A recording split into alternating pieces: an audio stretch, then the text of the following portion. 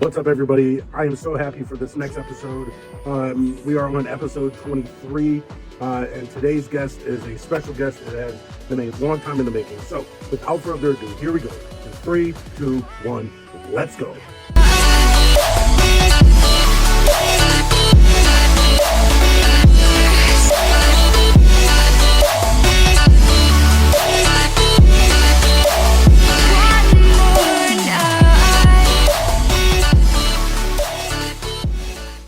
All right, we are live. What is up, everybody? We are back for another episode of Preacher's Corner. I am excited for this episode that we have today. We are episode 23. That's freaking awesome. I'm so happy about that. We wouldn't be able to do this without everybody who's subscribed, everybody who's watching, and if you are watching and you're not subscribed, the frick are you waiting for? Go, just stop what you're doing, subscribe, and then start watching it again. I'm so glad everybody's here today. I have the guest today. This has been, we were just saying it before we went live, started to record, that this has been a long time in the making. It's been like months in the making. And so I'm excited that it's here.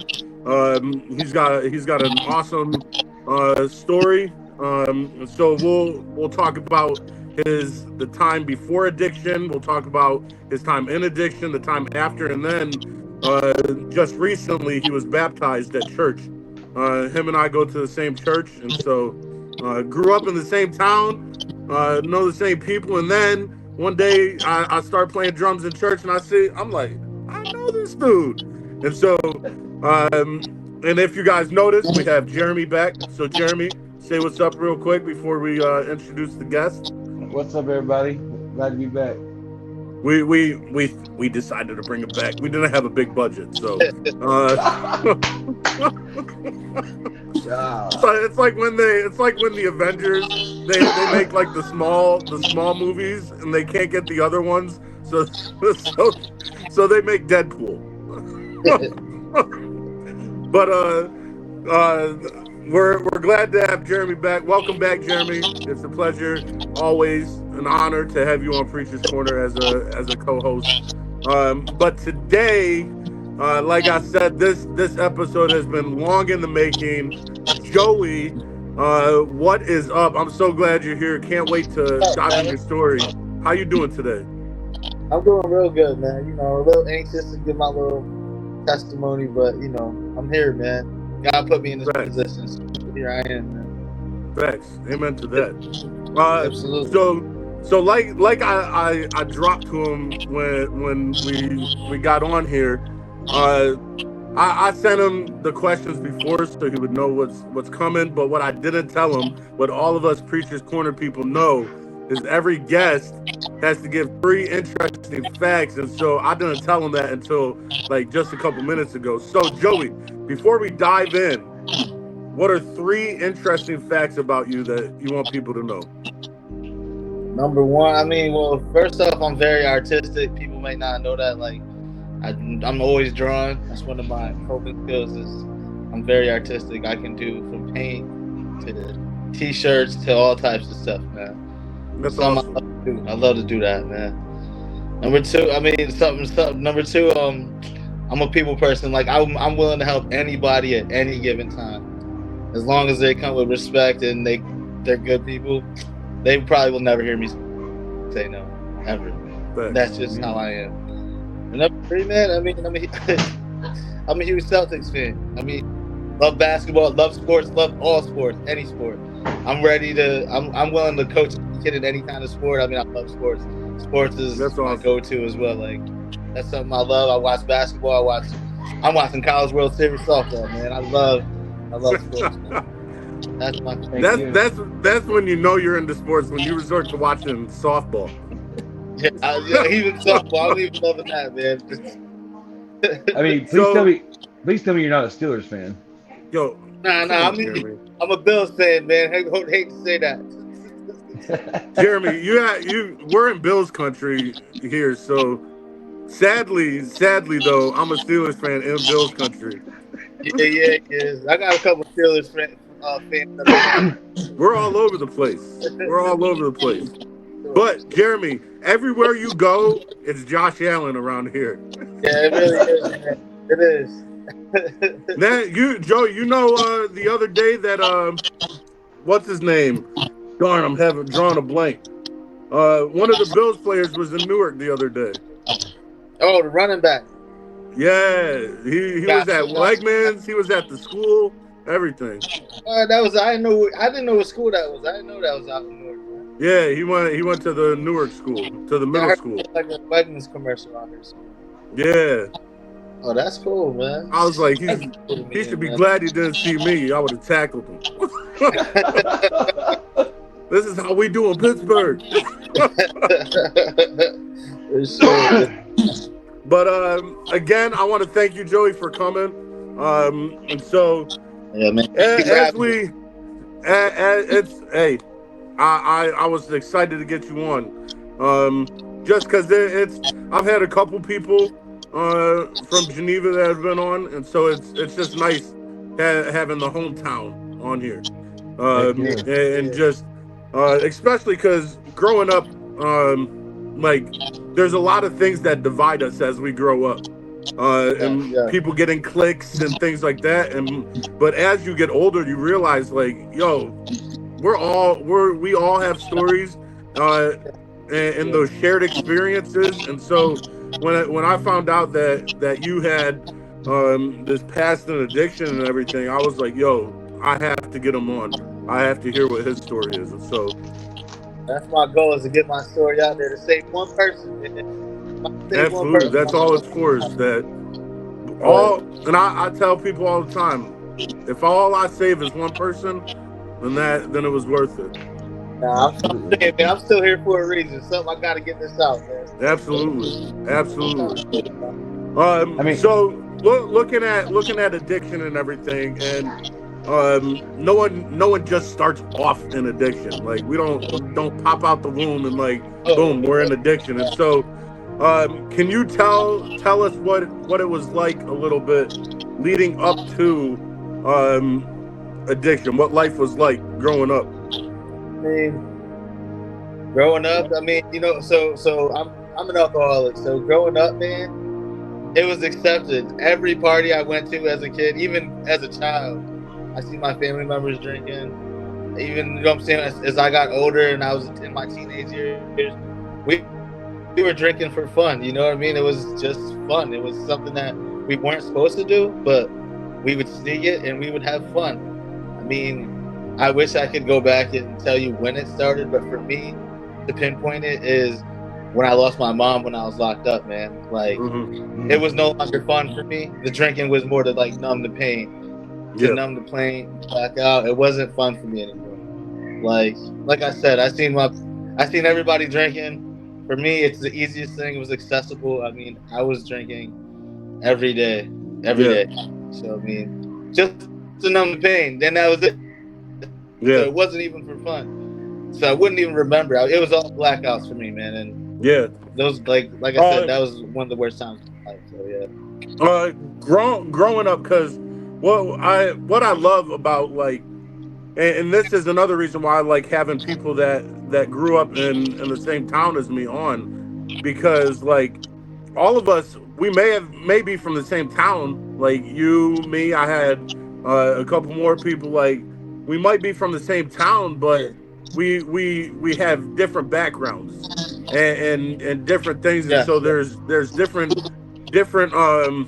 things that played into where we are today in life. And so what kind of environment would you say you grew up in, looking back? So I grew up in the bricks, as they call it, charter homes back in the day.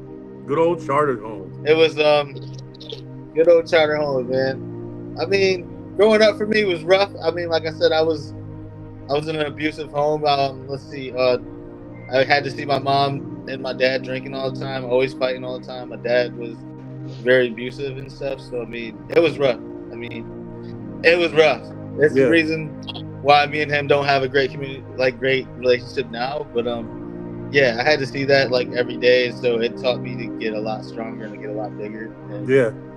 so How would just you I say? think, Because I grew up on High Street, in the middle of High Street, and so okay, like the the the culture in the middle of High Street is a lot different than yeah, what you yeah, get in charter homes. And so yeah, how would you say like interacting with um just because and it's interesting. So Jeremy, what's interesting about Geneva is we had Okay. two elementary yeah, schools, yeah, and yeah, one yeah. I assume you probably went to North Street. Yes, Yeah, yes, yep. so one side of town went to one elementary school, and then the other side of town was the other elementary school.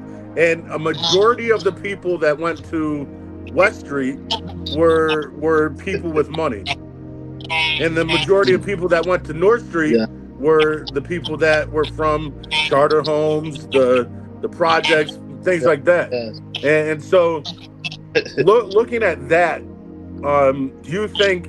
Because then when you get to middle school, everybody's together, and so you're Mm. meeting Yes, people you yes, didn't even know.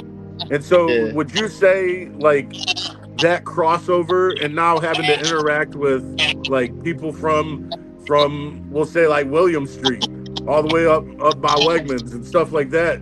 Would you yeah. say that maybe played a part in it, seeing like how these people are living, and you're like, man, why don't I have that? Absolutely. I mean, so I tell people all the time, like me and my brother were really good at baseball, so our friends were the people that went to West Street School and stuff. Yeah, Like we played base, like so. Yes, yes. Most of my friends all went to West Street School, but I went to North Street School. yeah, So it was when I got to middle school, it was like, why don't I have all the stuff that they have? Why aren't my clothes as nice as their clothes? You know what I'm saying? And what I mean. yeah, But at the end of the day, I mean, I don't know.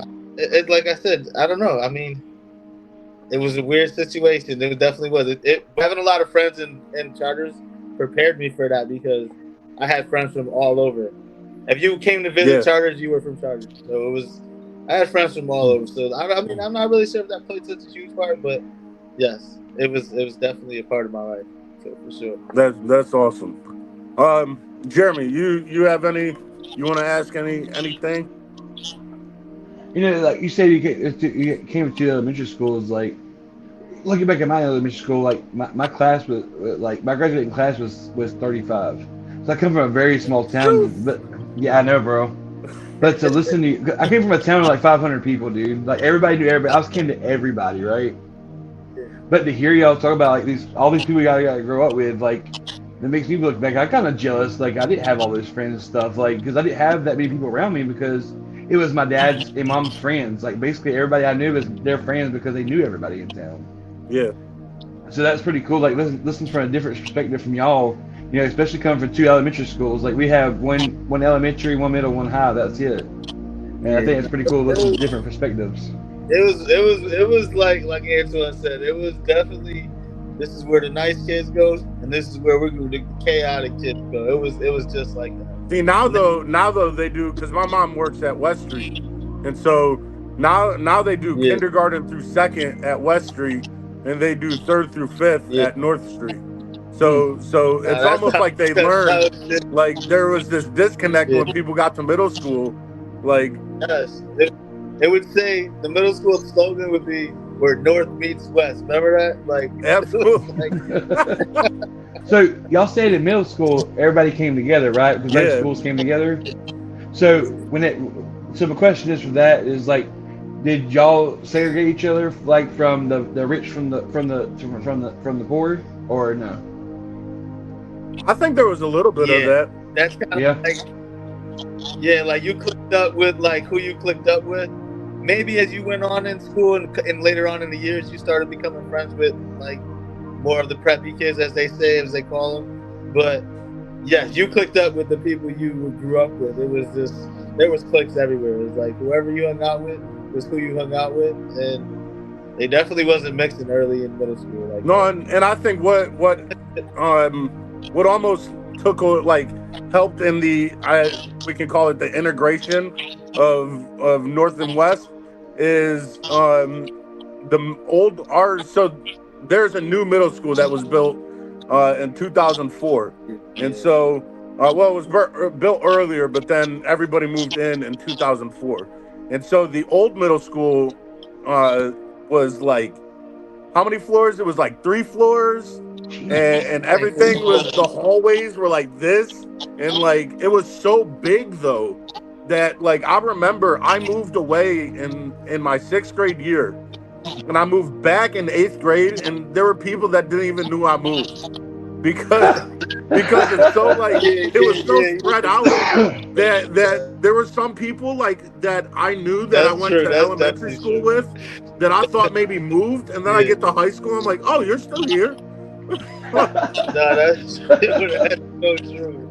because there Man. were teams. Like there's that's so true. There were teams for middle school. So 6th grade had 2 teams, Yeah, and then in 7th grade had 2 teams, 8th grade had 2 teams, yeah, and so yeah, all your classes, whatever teachers you had, were based off yeah. what teams you were. And so you might not have been on the same team with somebody for 2 years, and you get to 8th grade, and you're like, oh snap, where you been? You got no classes with him, nothing with Yeah. him. That's so true. That's And so crazy. then you get to high school, and the high school was like spread out, and so and that's where I think I really saw the cliques start happening, Yeah, because you had the yeah, football yeah, players, you had the wrestlers, you had the gothic people, you had like everybody was cliquey in high yeah, school. And see, our middle school and high school was connected together. Like it's, I'm telling you, I come from a very small town, so like Well, that's how here, ours is now. That's how it is yeah, now in Geneva. that's just crazy. Like all those kids, you said you didn't even realize they were gone. Like here, like where the school I went to, you'd realize that somebody was missing 2 days of school. Yeah, not for us. yeah. No, what he's saying is Not so for us. true, man. Sometimes you thought a kid was from out of town because you barely saw him, but they went to the same Thanks. school as you. Like there were kids I'd see in 9th grade. I'm like, oh, you're new? No, I've been here for 2 years. You're the new one. You're like, oh, word. But so looking at your addiction, and you said you were always around, and I know exactly what you're talking about, like because I remember in high school, just like I didn't go to a lot of parties and things like that, but I remember like just hanging out with a couple people, like we would drink every now and then, and That was it, like man. someone's parent would have a liquor cabinet, and they'd be gone for the weekend, and so it's like, yo, we can take a little bit, they won't notice. And Yeah, so it wasn't like full, like, oh, we're gonna drink all the time, but it was a part of hanging out, yeah, and it was a part of like it was almost like the thrill, like, ooh, can I get some, like, yeah, were you able to get some? Oh snap, okay. And so like it, yeah, like you said, it was acceptable. yeah, And I don't know if you know Jamie Rawls. He yeah, works yeah, at Wegmans, everything. So he was one of the first guests that I had on the show, and he yeah. had an addiction to alcohol. And one Okay. thing we were talking about was that one thing that alcohol is so socially acceptable. And Absolutely. so like I have two addictions that I feel like terrible for, is alcohol and food, Yeah. because those Okay. two things, Okay. like alcohol, food a little bit more so, because alcohol, at least like if you're not 21, you have to like jump through all these hoops to try to get it. But when you Yeah, turn 21, you can walk anywhere as long as you have an ID and get it. Certain bars, of course, if you're always in there and acting a fool, they're gonna be like, not today, bro. yeah, yeah, yeah. But with food, like food, how are you gonna like stop Yeah, food? that, and no one's gonna tell you to get out. You know what I'm saying, or stop. Yo, Facts. I think you should stop. A lot of people aren't gonna say that, man. Facts. Yeah. And it's not like you can't. It's not like alcohol or drugs where you can stop doing it. Like you need food. You it, can't be yeah. like, you know what? I'm done. I'm Yeah. done eating. I'm not gonna do this. That, Okay, don't eat. You're gonna die. And so, Yeah. but like with alcohol though, That's hard. absolutely. I have I look at like food addiction. I'm just like, man, my heart goes out because that has to be a struggle because you have to figure out this balance of how much is for like to Yes. be able to keep me going to I'm having too much. Um, but with alcohol, Yeah. looking at the socially acceptable aspect of it, um, like a lot of times people see kids drinking and things like that, and they won't really look at these early signs that pop up because of the fact that it's so socially acceptable, and they'll be like, "Oh, look at them Yeah. just being kids. Like right. I did that when I was a kid. Look at them sneaking into their parents' liquor Yeah. cabinet. Like, and so people aren't paying attention, and then that slowly goes to people go to college, and then they start doing drinking games and things like that, and then you slowly start going to the bar after work, and so Yes. all these little signs that most people can notice with drugs and things like that, people just write off as like, oh, that person's a partier. Shit. Like, but little do they know they have this addiction that is tearing their I life don't really want apart. to And break so, it. what's that?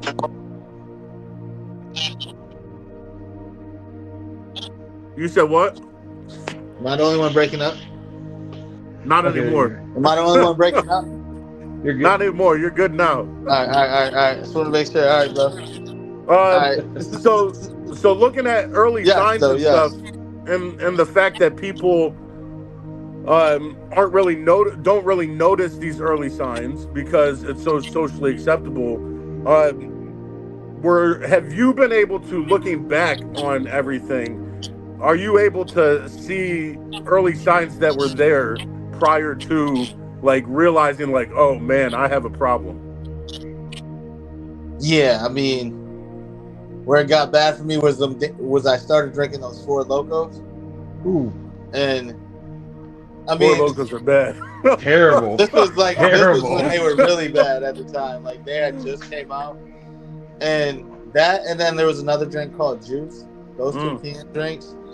Man, I used to grab like 4 or 5 of them and just chug them and I seen the signs. I mean, I'm waking up and I'm like not remember anything.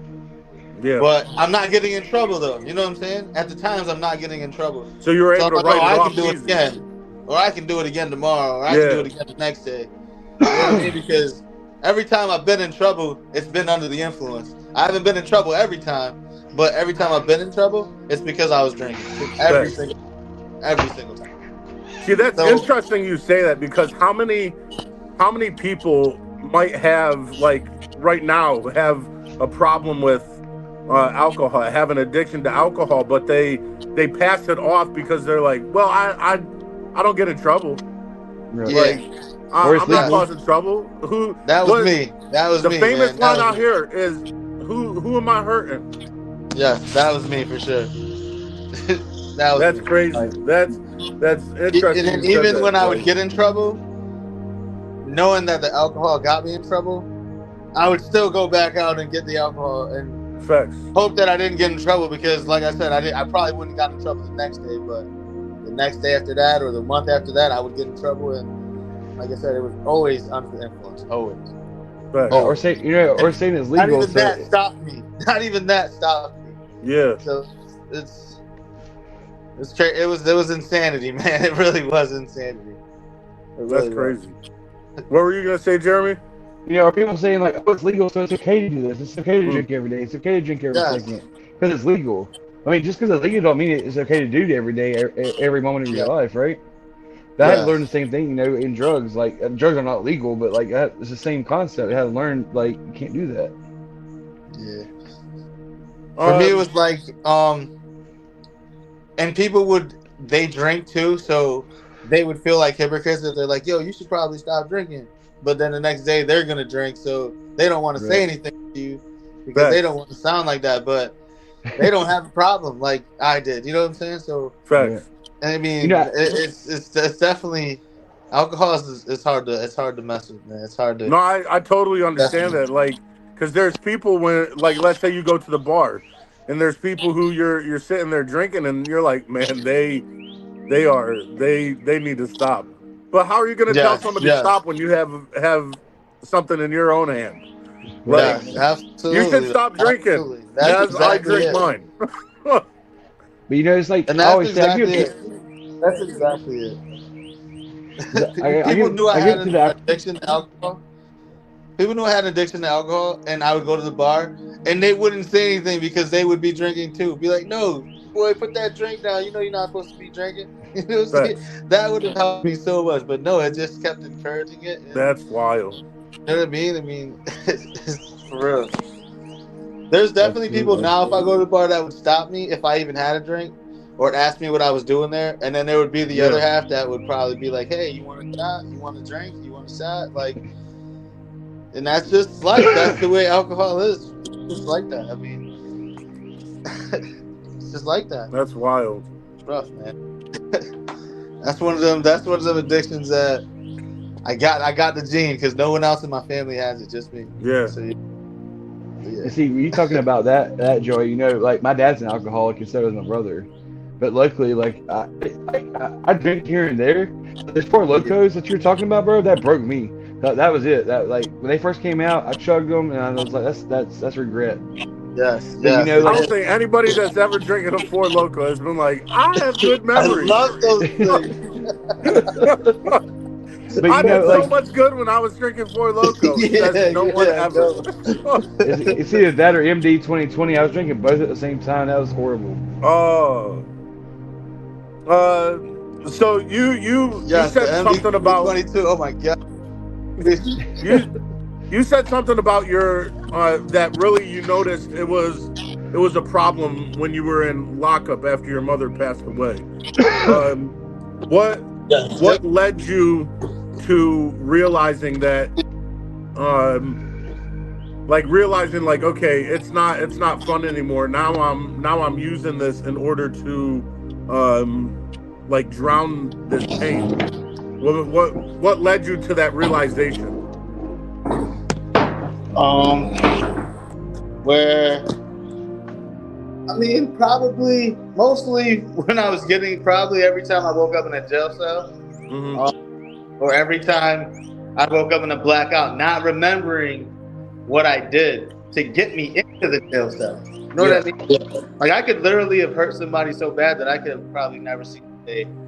Like you know what I'm saying? I could have ran someone over. I could have got in a car accident. Man. So many things that I don't remember, and that would have haunted me forever, man. You know yeah, what I'm saying? That I don't know how I could live not knowing what I did, knowing that it took me to just say no to the drink, and I did something that I could never get out of yeah, jail. So that, but yeah, it was mainly the blackouts, man. Those blackouts, every time a blackout. I'm like, this isn't fun for me. I never used to drink like this. I would drink and have fun and go through the whole night and remember everything that's going on. Now it's totally opposite. It's totally opposite. If I start to drink, I can't remember anything that happens after a few hours. So, yeah. Man. yeah. And that's one thing that Jamie when I had him on was saying that he was like there was that time where just like you said where one day it clicked like this isn't fun anymore like and now I'm trying to bury something rather than using it to have fun like because it's Yeah. not fun to wake up in a jail cell like No. Heck no. the fun is now gone. Yeah. Like I don't care how much fun I had before that, but I'm in a jail cell.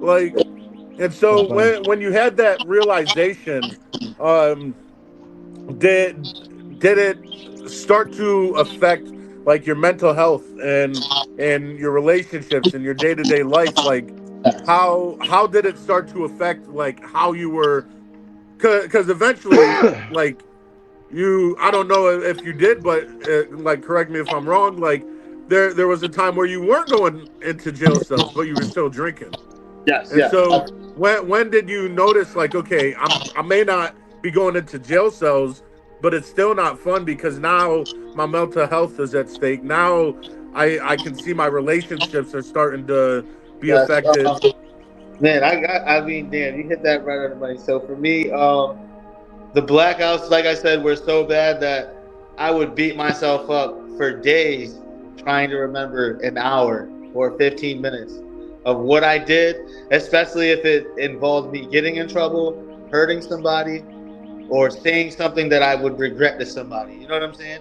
But Yeah, I couldn't even remember those words or anything that I did or said, and I would Wow. beat myself up for days trying to remember it, and it would drive me. It would drive me crazy. I would yeah, literally sit there like, what did I do? What did I do? What did I do? Like, how come I can't remember it? How come I can't remember it? Like, it was like that, and it's just it drove me to have so much anxiety. Like my anxiety was like through the roof. Like literally, like my man, I would shake. I would have manic attacks mm, just because I could not remember certain parts of my day, the yeah, next day, and I would be like, what if I did this to somebody? What if I could literally hurt somebody? Like, and I could wake up and thinking I'm messed up now. I would be so messed up then if something like that happened. So yeah, yes, Yes, sir. it drove me it drove me. I would say it drove me crazy for a while because I was just keep thinking about yeah. it. Days later, months later, like I still can't remember any of that stuff. And Now, that were there relationships?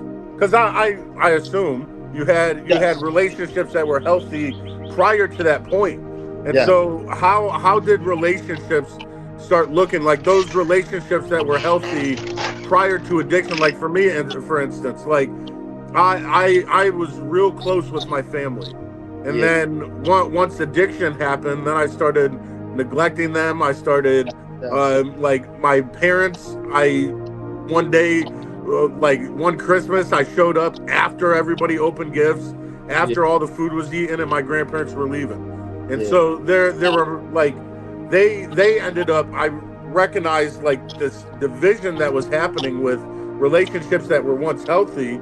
yeah. Now we're starting to be broken apart and starting to deteriorate. How did you um what relationships, if you want to say, Sure. um were healthy and then they started to deteriorate, and how did that affect, like, because I almost think, because I know for me, like, for with the drugs, when those relationships started to deteriorate, instead of stopping, I just kept using. Going. So yeah, And so, like, yeah. how did that look just with what relationships, and then how that affected your addiction even more?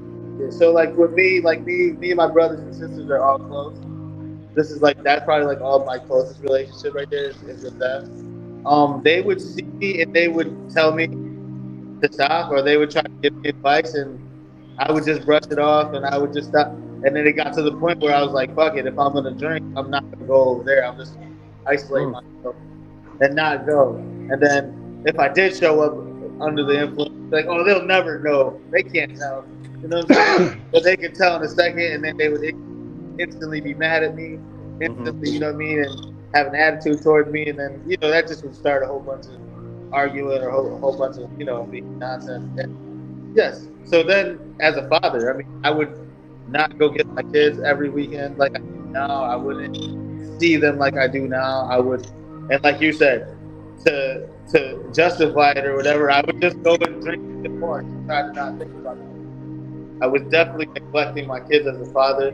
I was neglecting my family as a good brother because I'm a great brother. So it's just alcohol would turn me into somebody else. And yeah, man, relationship wise, I would come into a relationship good, and then later on, they would realize that I was an alcoholic, and they would either leave or they would have to try to put up with it, and it wasn't fair to anybody. yeah. You know what I mean? So it's not fair to anybody to But have to one deal with. thing one thing I noticed you said in the beginning was one of your interesting facts is you're artistic, Yes. and you like to draw and things like that, and so one thing you said was it's a coping Yes. skill.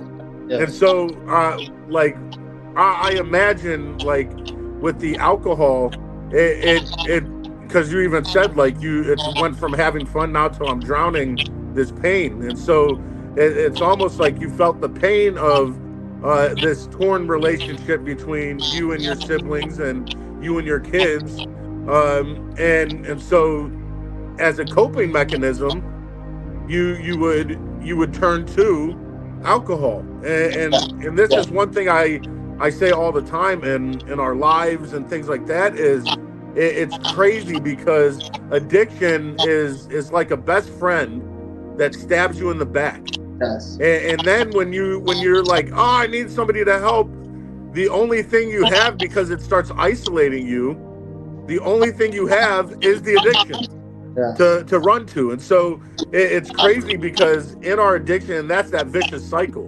Because the substance, whatever it is that we're using, is the thing that's causing a division between the ones that we love. And when we feel the pain of that, we run to the thing that's causing the division. Yes.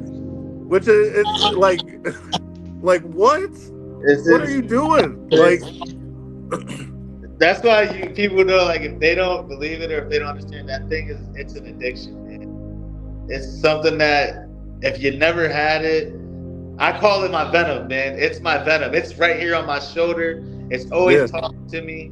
It's always saying, "Come on, you can go right now. Today's the day. Today's the day. Let's go."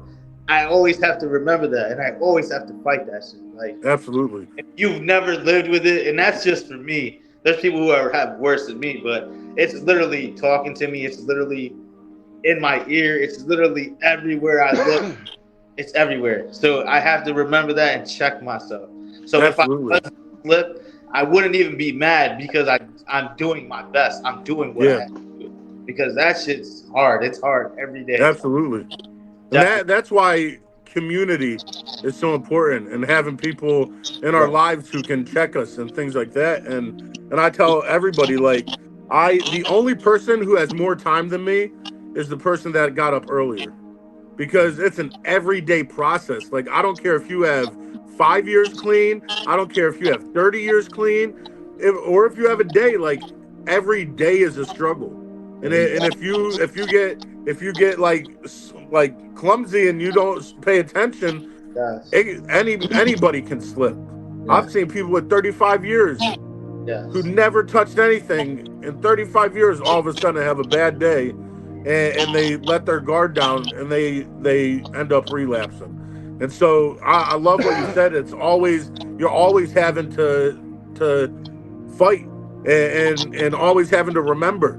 And again, that's why we keep the right people around, because there are days where we get weak, and if Yeah. we don't have people around us, anybody's gonna fall. And Yes. so I love that realization, because if you don't realize it, then that's part of the addiction, saying like, oh, I'm gonna make you Man, forget about this. you got this. And the moment you forget about it, Yeah. you're right back. Yep. Yeah, Yeah. it's like they always say, your addiction's out there in the parking lot doing push-ups, waiting for you to come back. Yeah. Absolutely. Stronger. Focus. Bigger, man. Focus. Thinking of new ways to get you, man. I'm telling you. Facts. No, it's Or not, man. my addiction's out in the parking lot looking like The Rock. Mine's like creeping in. This how I see mine. Creeping in the window every now and then. Like, Facts. like, Facts. like, Is he asleep? Is he asleep? Like, yes. Like, oh, this is my chance. Like, I'm telling you all the time, man. So I remember for me, and I'm sure Jeremy had it, but there's this point in addiction where it's like you hit the climax of addiction, where like it's like everything is like it's at its worst. Looking back on your addiction, what would you say life was like at the height of your addiction, where like it's full blown? People, relationships are in shambles. You can't, each time you feel this pain, you have to run to it. Like, how would you say life was like during that height of addiction? I mean, if I had to say, my word would be chaotic. Chaotic, man. I mean, chaotic. I was fighting a case. I was on parole fighting a case. Like, it was just, my life was chaotic. And then guess what I did? I still would go sneak a couple drinks. You know what I'm saying? This was my life. Like, I'm facing things that got me. Alcohol got me in trouble to be on parole. Alcohol has got me fighting the case on parole. Alcohol is messing up my life. And the one thing I run to to cope with all that stuff that's going on at the time is the one Alcohol. of my life. So It's the just like thing that's messing it up. just like you said, it's and I'm just thinking about it. Like I literally did that. Like could have got in trouble again, or could have got in trouble again, because that was the only thing I had to run to. Like you said at the time, my family had like they didn't give up on me, but I knew they felt some kind of way, so I wouldn't go around them, and I Absolutely. wasn't going to see my kids because I was feeling some kind of guilt. So you know what I mean? I ran to the only thing that I really could have, and that was the alcohol. I mean, literally, Absolutely. that was the alcohol. I So mean, how basically, at like, go it's ahead, Jeremy. basically like, so it's basically like the definition of insanity, doing the same thing over Absolutely. and over, expecting different results. Absolutely, So absolutely. how would you say, because you described how it was physically, Yeah. what you were going through physically and just the chaos that was in life. How would you say, because I know for me there was that point where I couldn't turn to my family, and I used to be a student pastor. I couldn't even turn to the people that I was in church with, and then like you couldn't turn to people in addiction because they're like, bro, I have my own problems, Right. and so it's you feel this isolation from everybody. And so how would you describe how you felt, like mentally, emotionally, spiritually, like Oh, so I in had this chaos, yeah. During how that did you feel chaos, mentally?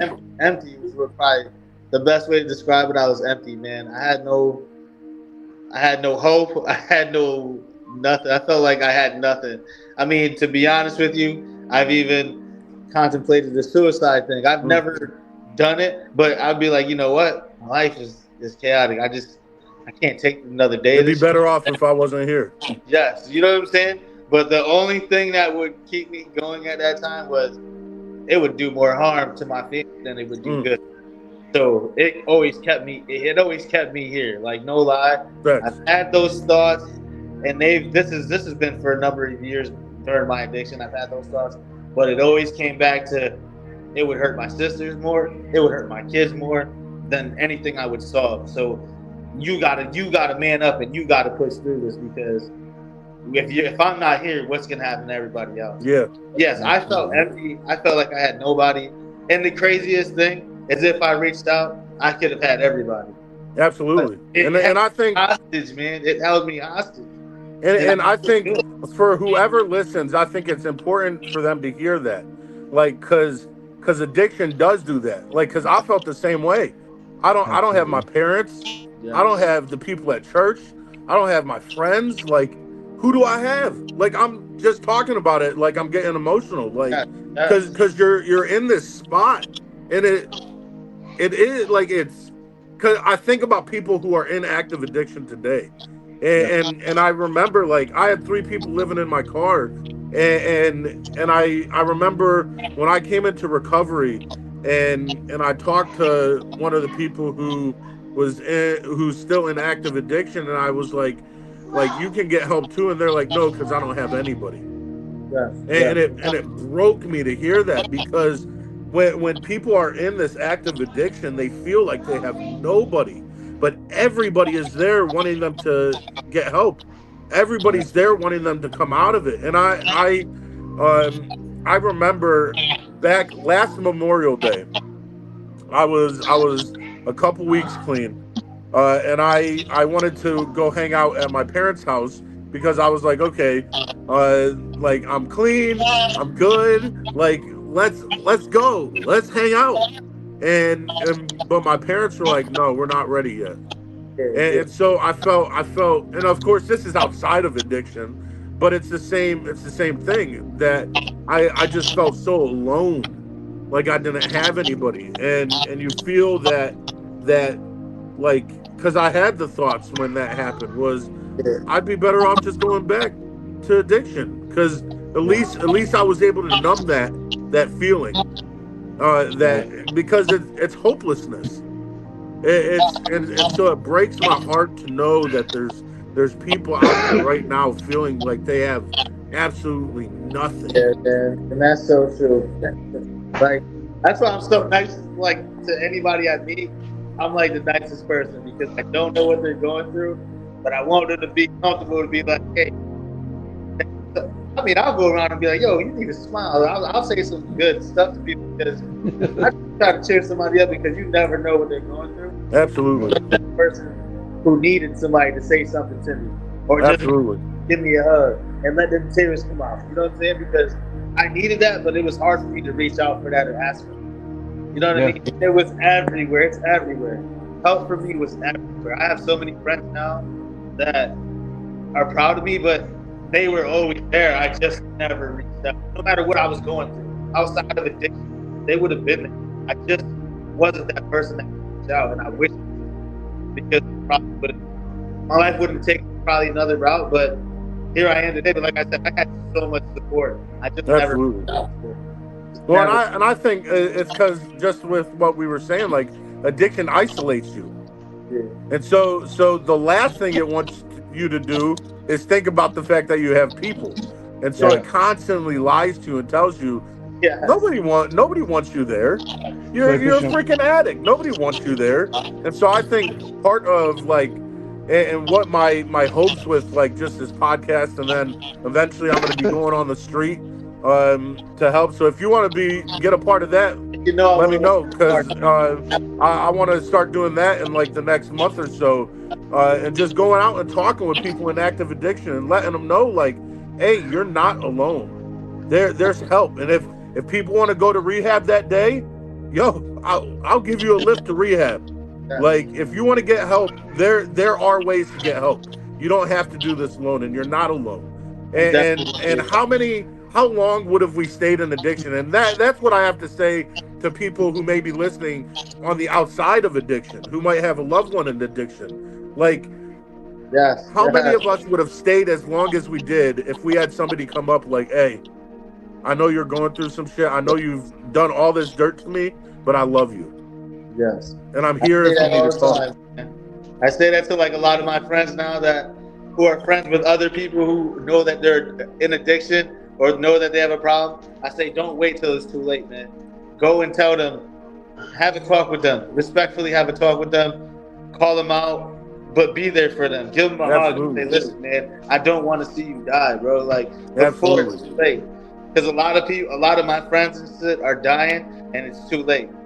And their friends knew about it, or their friends could have just said, "Hey, you think you should stop for today? Just for today, man." But they just didn't, and it just was too late. It's too late. So Absolutely. don't wait till it's too late, man. If you know someone, or you know what I mean, if you need it, just reach out, man, because it's there. They need that. We all need that. We all need that support to know someone's there. Absolutely. yeah, And and a I lot of just people, go ahead, Jeremy. a lot of people think they're too far in to get help. That's how I can't say for everybody.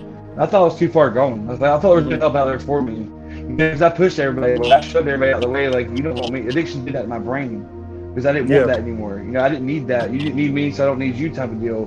And I was so far in it, I was like, like there is no. I'm a lost cause. There's no hope for me. But here I am today, 6 years sober. There is life. There is life. That grass is greener on the other side. That is a fact.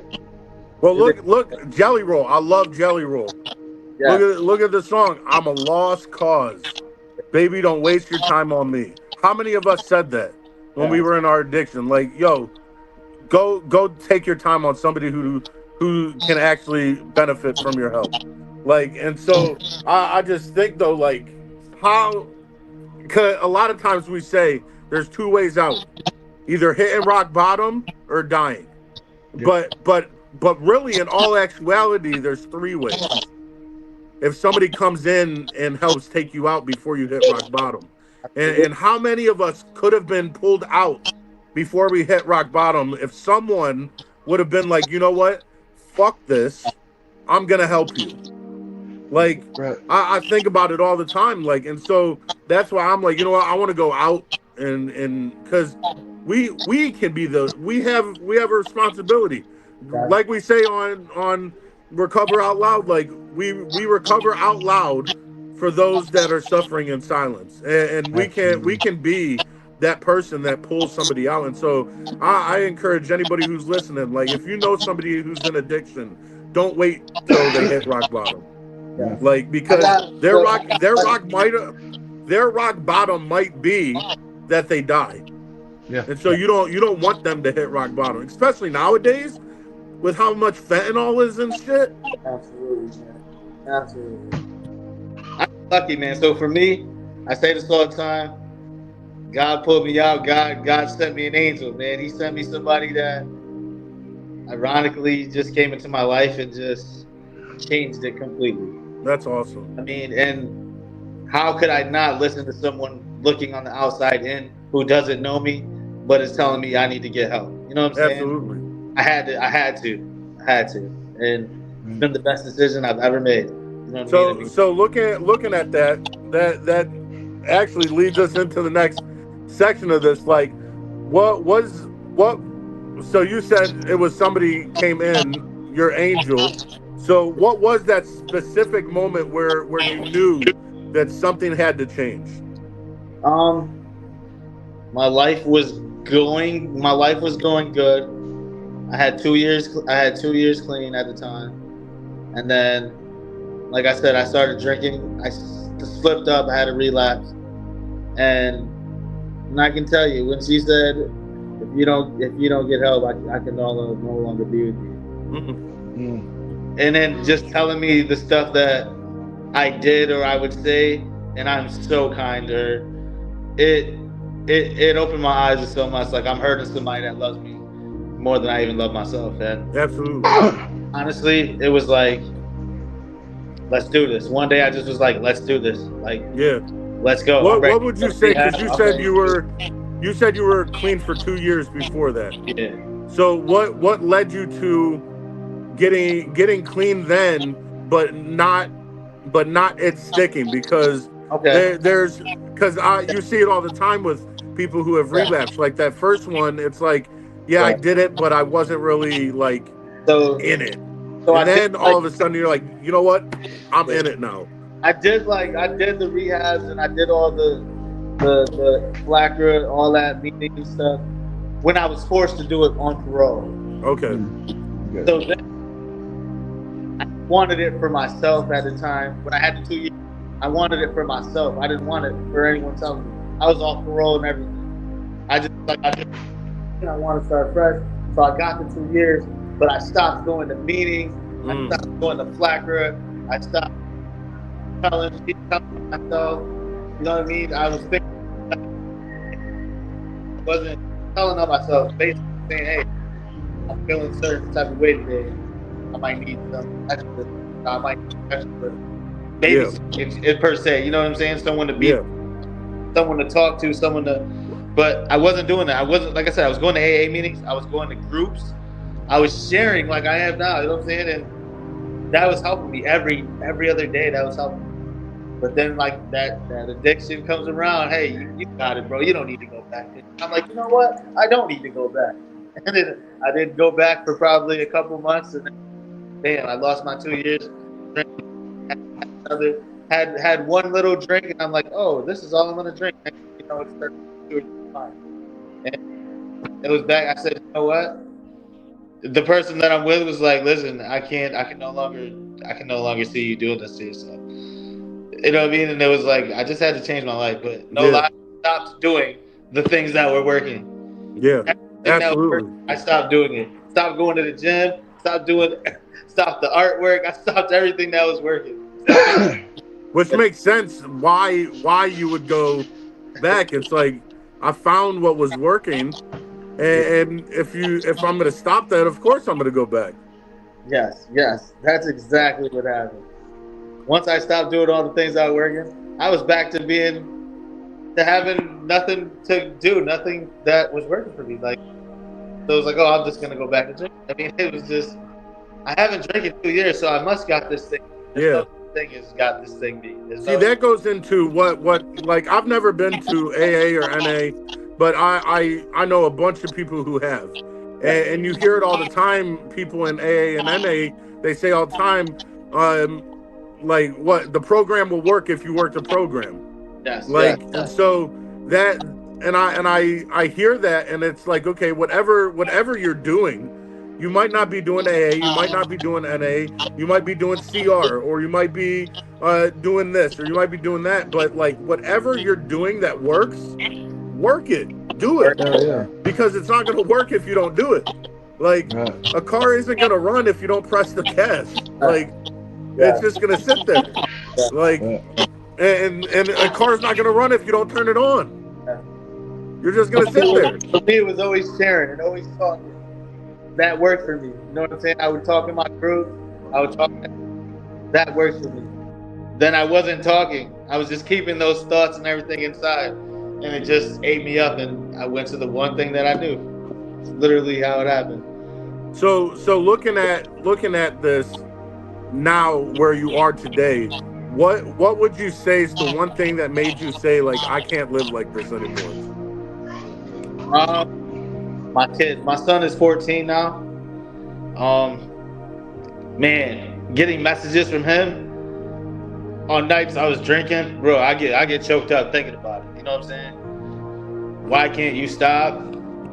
I wish prohibition was around. Like, I wish, you know what I'm saying? All those things I know are towards me. Yeah. And that was it for me. That was it. Like, I remember how I thought when my parents were drinking and how they were, and I was like, I can't lose my son.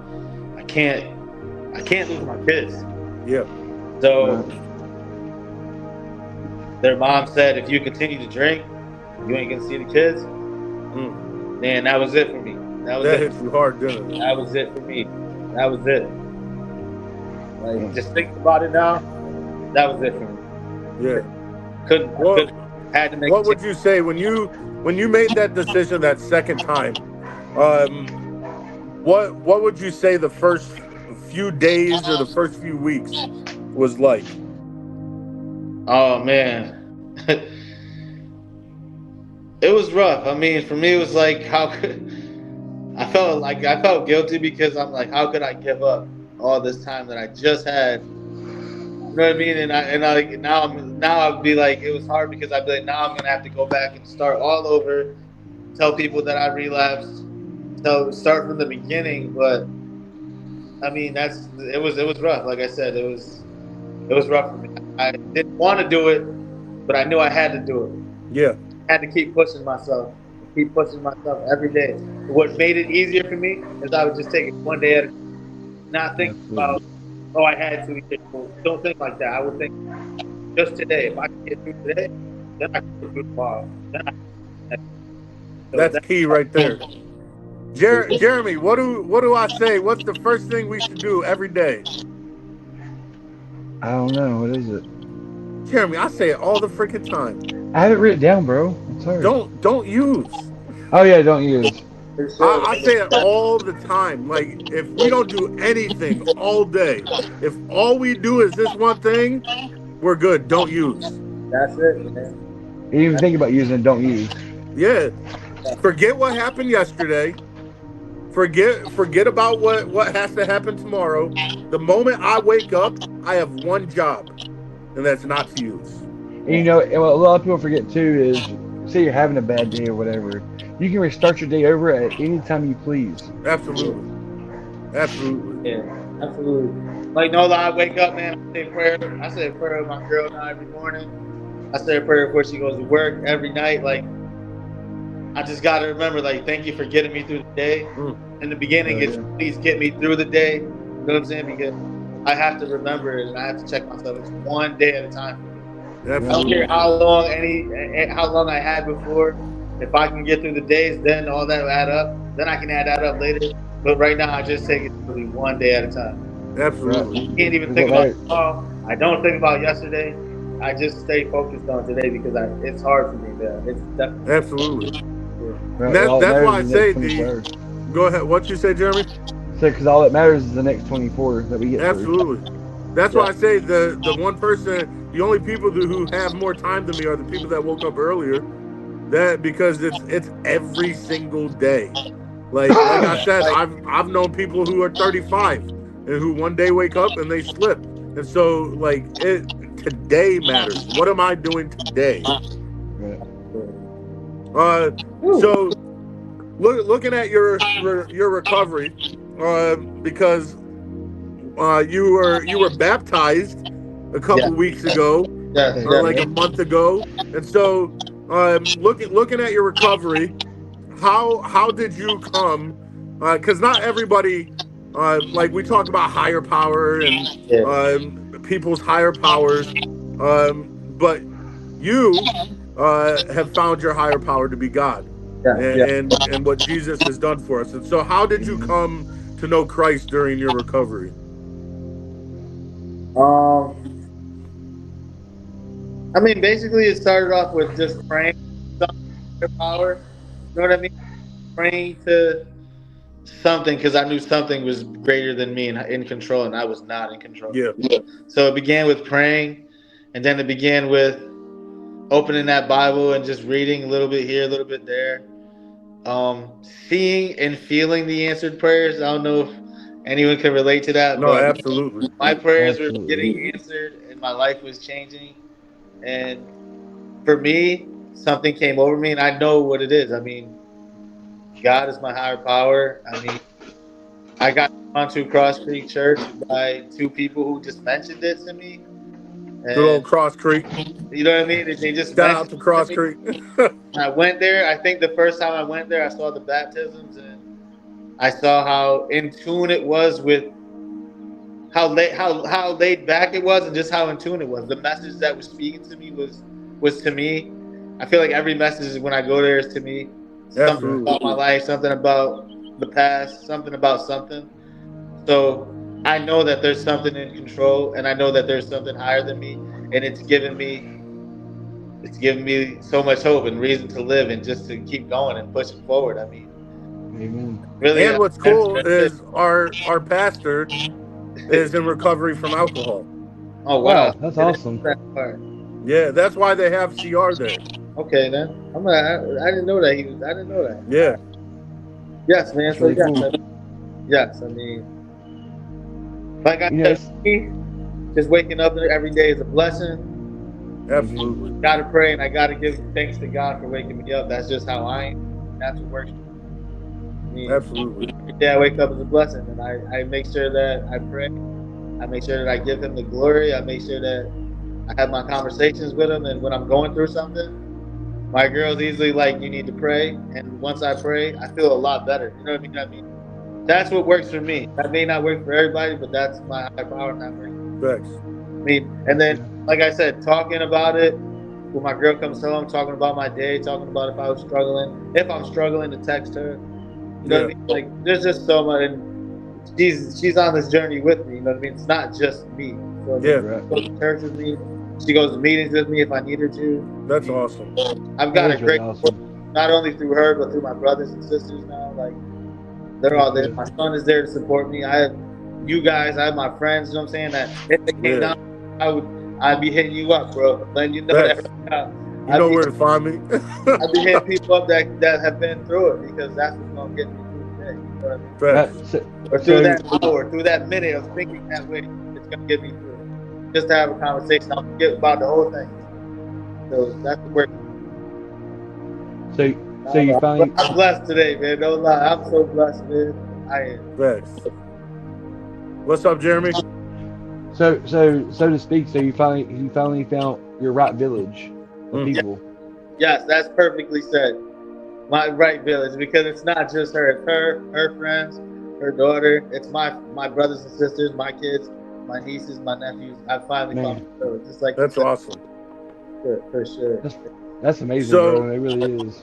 so um, you came to this knowledge. You came to faith, and um, you have this relationship with Christ now. Um, how would you say?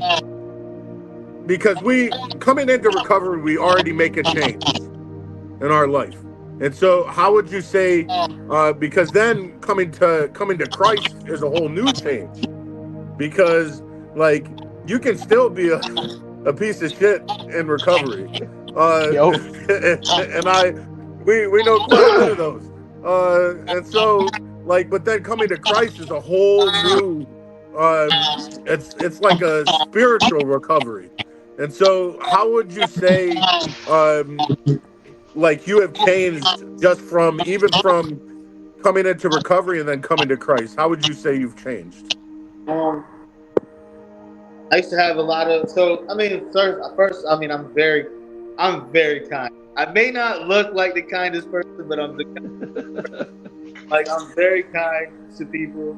I love to interact with people now. Like I don't know, like I'm definitely a people person now. I wasn't like that at first. So much so, bro drove past and drove all the way back just to say hi. Yeah, man, like I mean, I don't know. I'm always smiling now. There's something that's changed inside of me.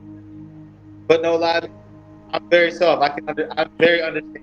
I could not be judgmental towards anybody anymore because I know everybody has their own struggles, and you know what I mean. I mean, I could never be that way now.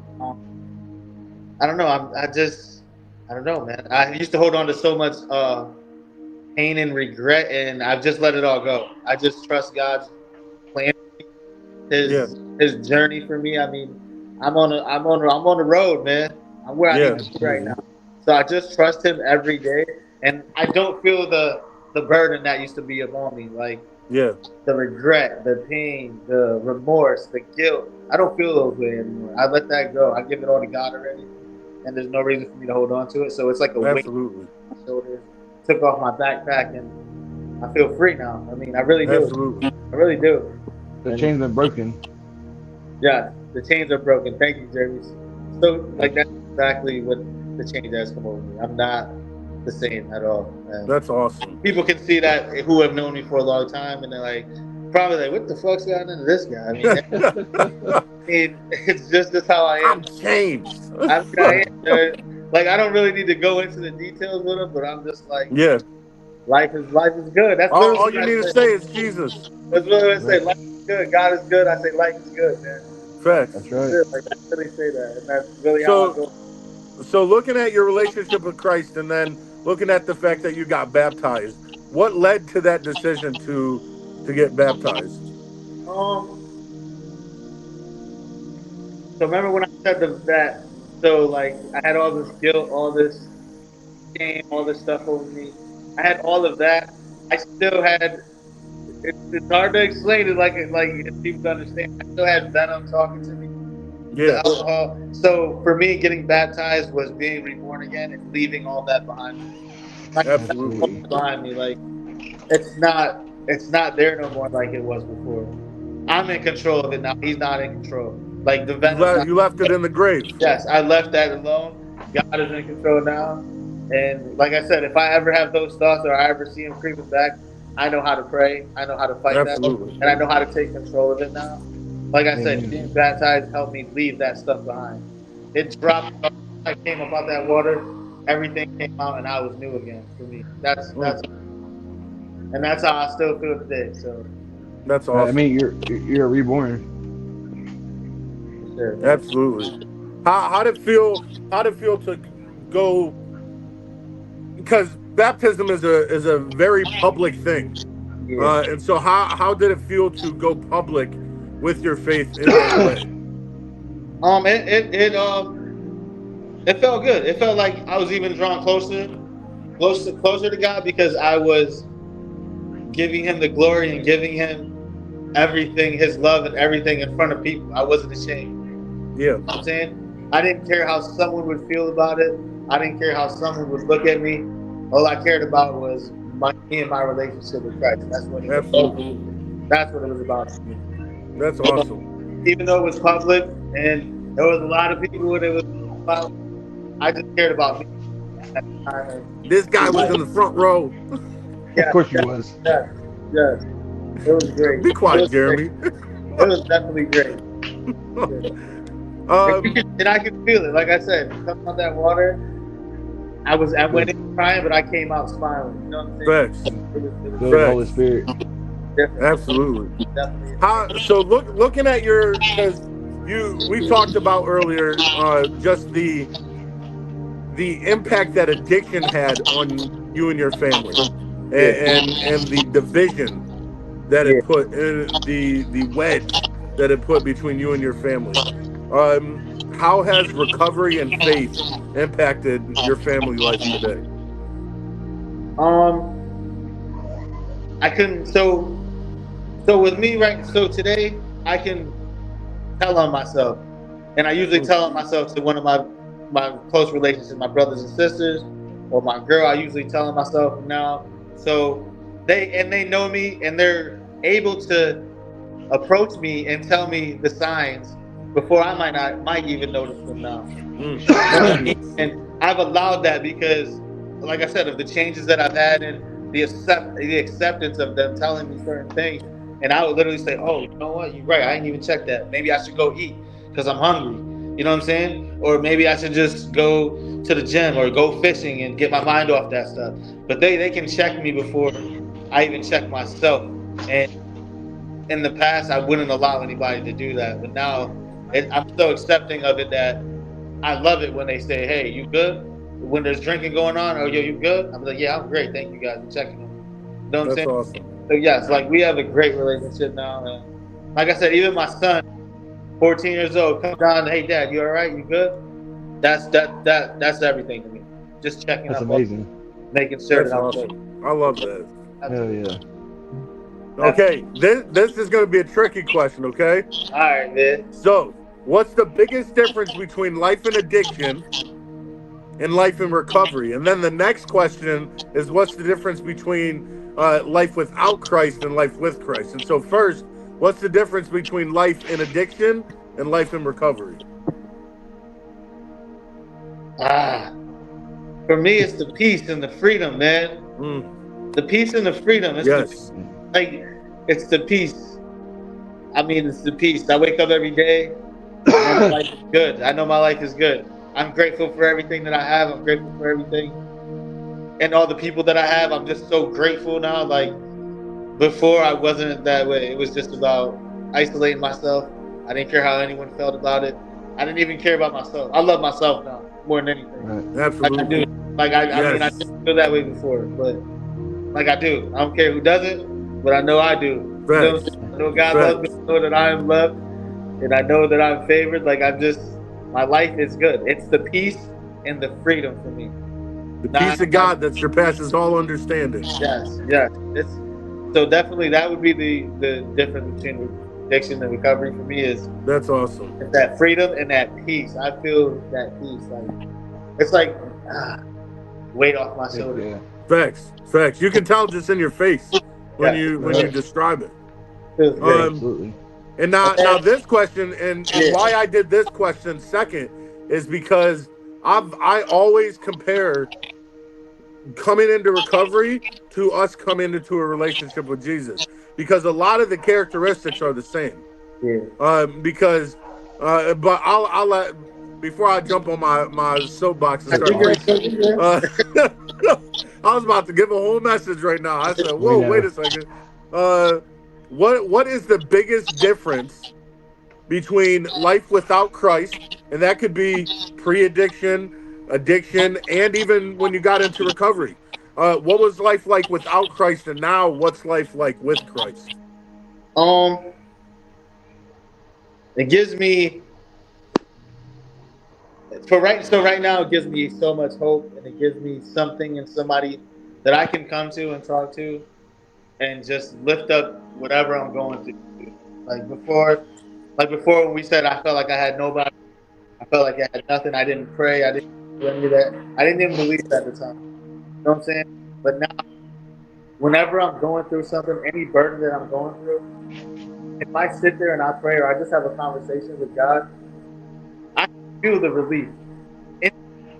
I can feel a presence instantly. And that's just for me. You know what I'm saying? I don't want to, but that's for me. And it's just so good. Like, it's just so good. Absolutely. It's that weight coming off. Good. Like, it's just so different. It's so different for me. I mean, it's just, I don't think if I had the relationship with Christ that I have now, I wouldn't be this. I wouldn't feel the way I do right now. Thanks. I would be sober, but I wouldn't feel how I feel. Like I said, I'm always smiling. I'm always happy. That's coming from Christ. Facts. He gives me so that I can relate it to other people. Because I don't look like the happiest person, but when they see somebody like me walking, smiling, and laughing, they got to be like, "Damn, life ain't that bad, man." Facts. I mean, Facts. See, because but what I think it is because recovery, going from addiction to recovery gives us a sense of peace. yes, Um, but I think then going from being without Christ to now with Christ gives us a whole new sense of peace.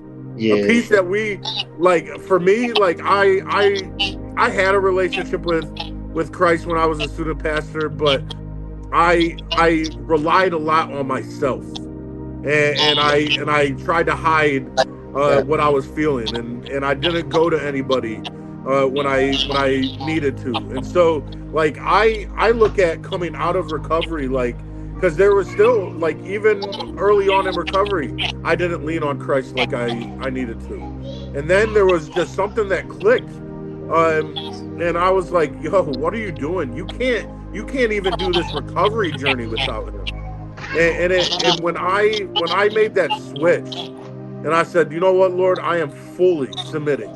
Um, yes, yes, there was a peace that like it's unexplainable. Like I felt peace when I came into recovery, but then when I fully submitted and I said, you know what, I'm done doing it my way. There was another peace that took over, and it was a deeper peace than what I even felt when I came into recovery. And so, um, like thinking about all that and just the hope that you now feel and the peace that you now feel, what would you tell somebody if somebody was listening, and they are where you used to be? yeah. What would you want them to know? For me, I want them to know, no lie, man, to reach out, man. Reach out to somebody. Reach out to That's me. good. If you see me, reach out to somebody. There is a whole world out there waiting for you to just say That's something to good. them so that they can help you. You know what I mean? And I wish I would have known that a long time ago because I have so much support. I have support that I have support that I have support. You know what I mean? I have support that I haven't even seen yet. I have so much support. You know what I mean? I've only touched the surface of my support. You know what I mean? So much support out there. Like, and listen, man, you can if you see somebody through it, man, just help them out.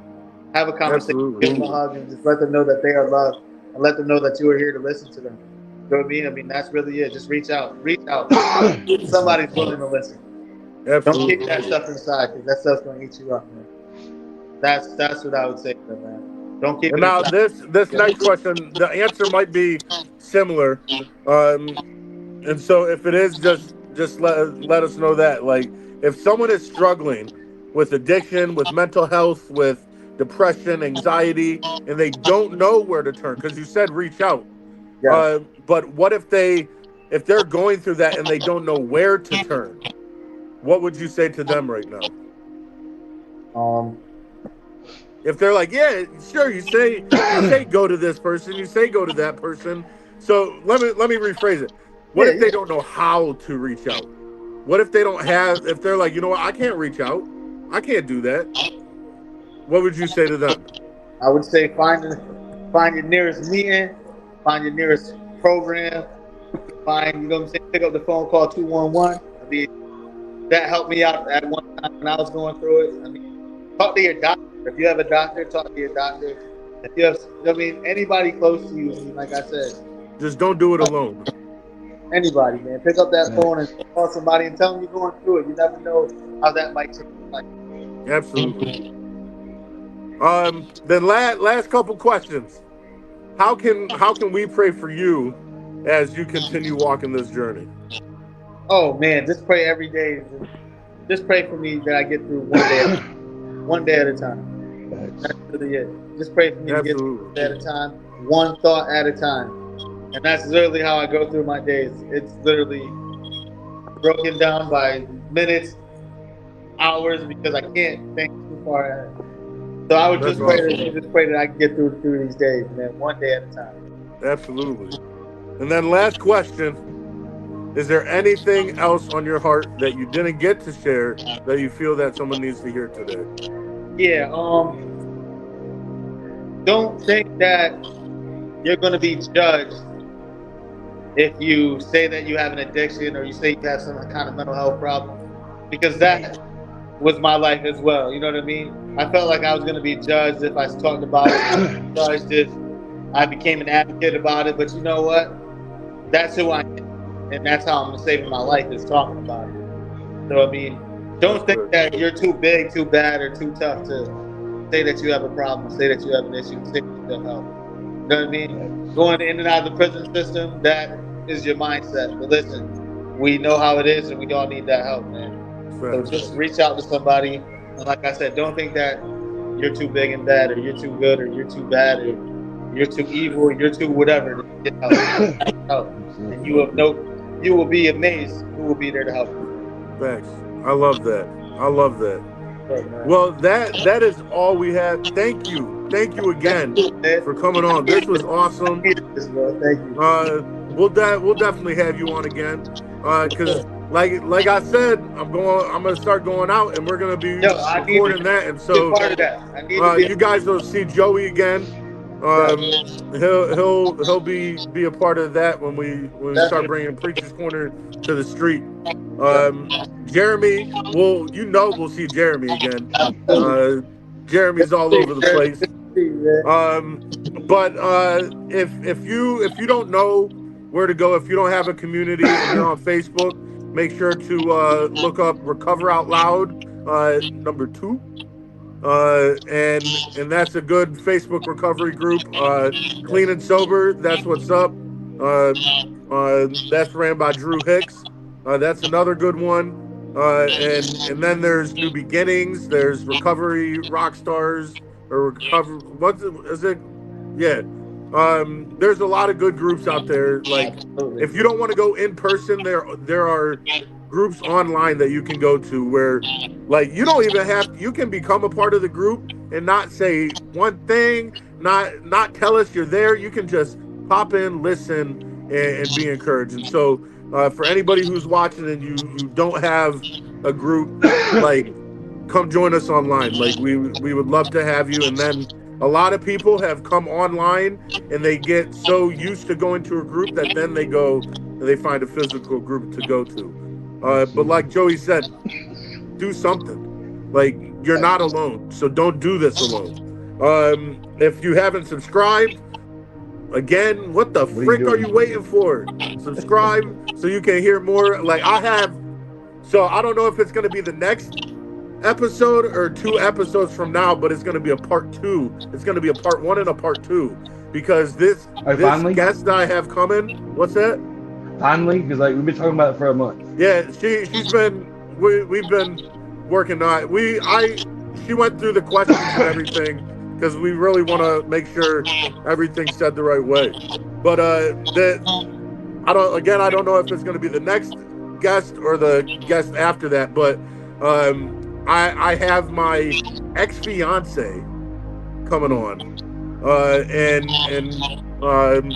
I told her I wouldn't make that a big deal. So my ex-fiance is coming on, but her story is why she's really coming on. And just a little recap, not a recap, but a picture preview into what's coming up for that one is like she went from addiction into recovery, and then like that's part 1, and then part 2. You think recovery is like the biggest thing you're gonna have to do. Part 2, you're not gonna want to miss. And so I'm not gonna say what happens in part 2 because you guys are gonna have to come and see. But that's gonna be huge, and working on getting some merch. So we'll have some Preacher's Corner merch, some nice looking merch. Yeah. All right. And that is all though. But 3 things all the time: don't use. Whatever you do, don't use. 2, take care of yourselves, and then in turn you put yourself in a position to take care of other people, and then make the most of every opportunity that comes your way. And when you do all that, you are building a life that you don't want to be absent from. And when we do that, it's harder to go back. And so I love everybody. Joey, again, thank you. Love that you were on here. Jeremy, thanks for last minute jumping on as co-host. But you weren't. I say that and it makes it sound like you were the last person I asked. But Yeah, I was. it was. I swear it wasn't. I That's how swear he it does wasn't. me. You were the first person I asked last minute. It's, that sounds like even worse. I love you, Just shut Jeremy. up. Love you, bro. But everybody, be back next week. I have another guest that's going to be coming on. Again, I don't know which one it's going to be, but it's going to be somebody. So, everybody, preacher out.